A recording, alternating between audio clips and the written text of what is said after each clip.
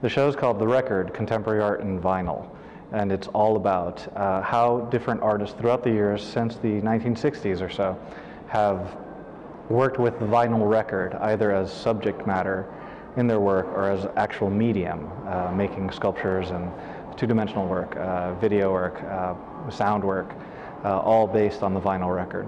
My name is René Morales. I am Associate Curator at Miami Art Museum. Well, I'm the curator here at MAM that organized the installation of the show, which was originally organized by the Nasher Museum of Art at Duke University.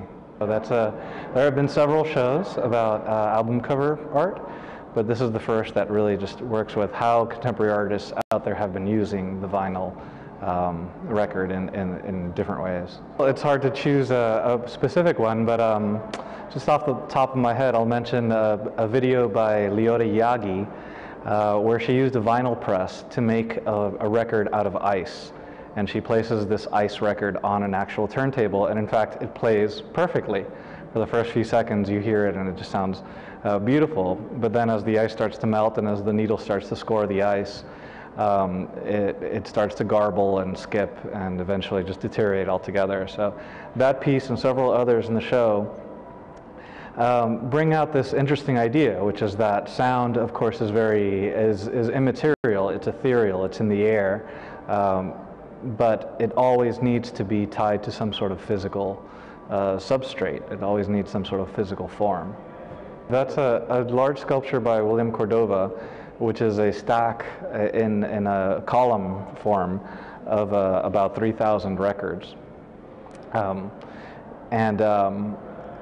The records and the title together create a variety of references to historical figures and cultural figures, from leaders of revolutionary movements here in the States, indigenous revolutionary movements, to important record producers like Tom Wilson, who was a sort of mastermind behind a lot of the films and records that are credited to Andy Warhol when there really should be at least co-credited to him. So the work really touches on, like several other works in the show, the kind of social history of that is always just right behind this phenomenon of vinyl record in pop culture. We received a grant from the Knight Foundation with which we have organized a very robust schedule of programs, including lectures. There's a three-part series of a panel discussion about the history of making records in Miami, basically the history of the music industry here in Miami. Various lectures by artists in the show.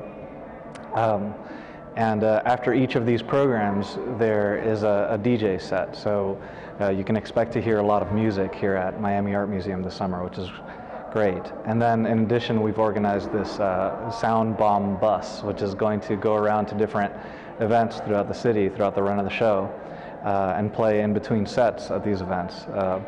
A DJ will kind of scramble out of this bus and perform. So it's a kind of a movable feast.